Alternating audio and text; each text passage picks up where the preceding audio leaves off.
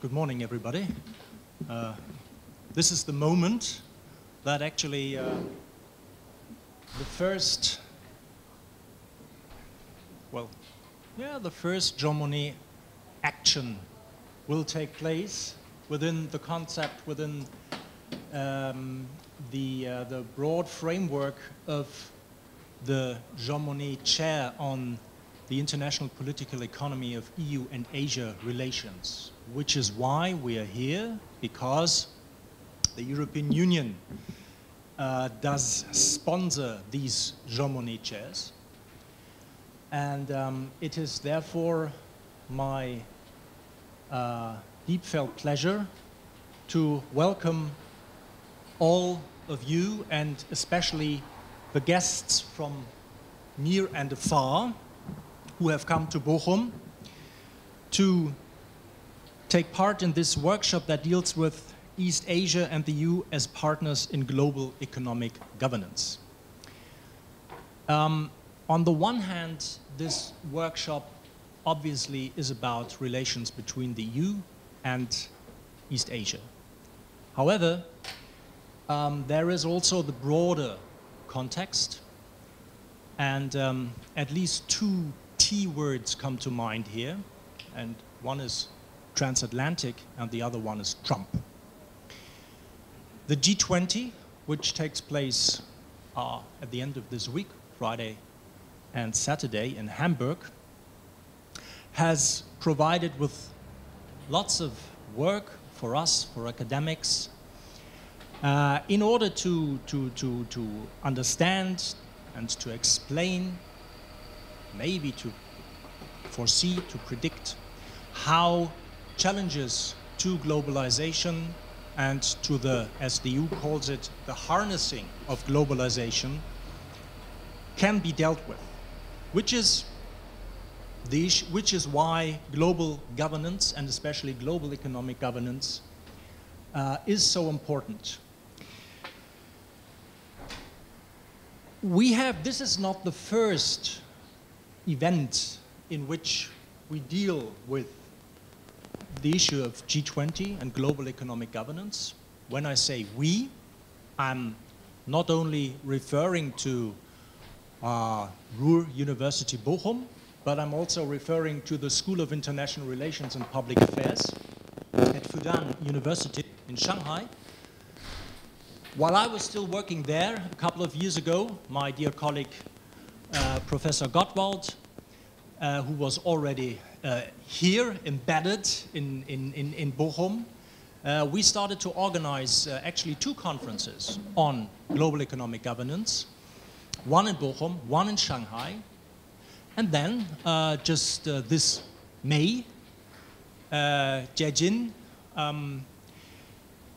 organized a conference in a workshop at Fudan University, which dealt especially with the question of, and the topic of how the Hangzhou summit last year did play out, what kind of results we can deduce from it, and also what should be and can be expected from Germany's presidency of the G20 and thus from the Hamburg summit.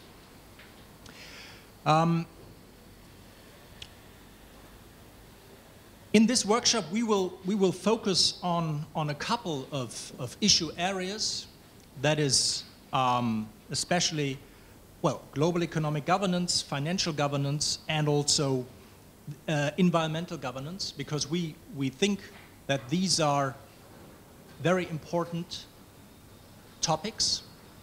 There are many more, obviously, that will be dealt with.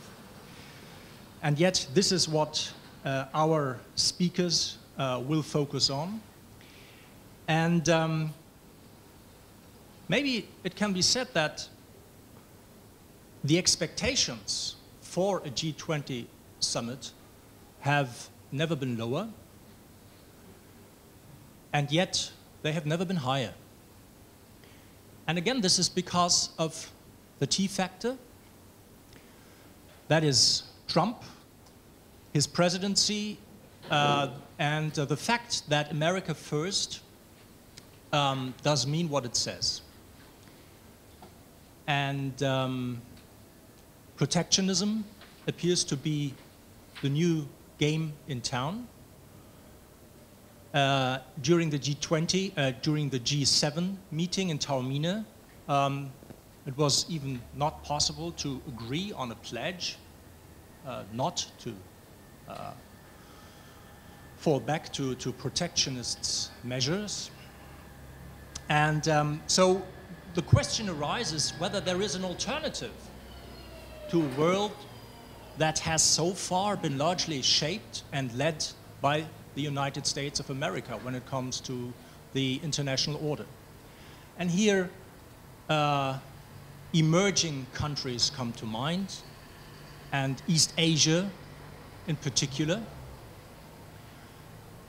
And this is why I think it's very topical to raise the question in how far the European Union and also countries, member states like, well, Germany, and East Asian countries, which role they play in this rather breathtaking development. I personally think that in 1989, when the wall came down in Berlin, when the end of systemic bipolarity set in, that was a rupture, obviously. That was a big change in the international system. But arguably, the changes that come with the people of the United States having elected a person like Trump, that also represents a change in the proportions as the fall of the Berlin Wall. Because now we are realizing that there is no more, well, as we mentioned yesterday over dinner, during the welcome dinner, there is no more Big Brother who takes care of us. So there is a new responsibility that comes with that. And obviously the question is where we stand, where we should stand. And I am very happy to, well, have convinced a couple of colleagues to attend this panel, the first panel, who are, because of their focus in their work, what they do, who have lots of expertise to reflect upon the broad implications of those developments that do take place on the systemic level, yes.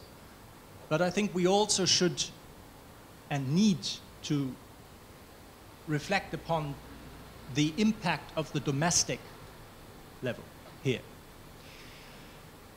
So, Shada Islam from Friends of Europe, which is one of the most important think tanks in Brussels, and probably the most active one in terms of events, is here in order to give us her observations and analysis of the implications of these changes and challenges, as they are also framed by the European Union. Just last week, we met in Brussels during the EU-China Forum that Shada regularly organizes there. And it was quite clear that, well, I think it was Trade Commissioner Malmström who said that the international system is under threat. Yeah. So this is the kind of perception. And in the end, I think what is necessary is to arrive at at a common understanding of how to respond to these threats. Is this a world based on cooperative patterns or on conflictual patterns? And this is also one aspect that we can and need to discuss here, and what are the roles of the main actors, and certainly China, Japan, the Republic of Korea, but also Southeast Asian countries come to mind here. India obviously is important as well, but here we do focus on East Asia, but that does not exclude per se any actors that are important. And there are more than state actors, there are non-state actors as well. So we also need to bring in this dimension, and we will. Werner Pascher from the University Duisburg-Essen is here as well. He is one of the leading experts when it comes to the political economy of East Asia. He's also, his focus is country-wise, is on Japan. So this is a wonderful opportunity to bring in this perspective as well. And then there is Hans-Günther Hilpert, who is heading the Asia division at the Stiftung Wissenschaft und Politik in Berlin, which is the major think tank of the federal German government. And he heads those scientists and think tankers and people in the capital, who do provide the input to parliamentarians, but also ministries, especially the foreign ministry, defense ministry. So it will be, for us, again, it's a wonderful opportunity, to listen to him and to pick his brains. And then there is Chunyu Gang from Fudan University, Shanghai, who has, made the long trip from Shanghai to Düsseldorf and then to Bochum. And his focus is on issues of global governance, of international organizations. So I think we have an excellent setting here to deal with those very pertinent questions that will also be dealt with by, in Hamburg, by the Sherpas, who are working hard in order to draft the statements and the final declaration that the leaders then have to endorse. Some cynics predict that there won't be a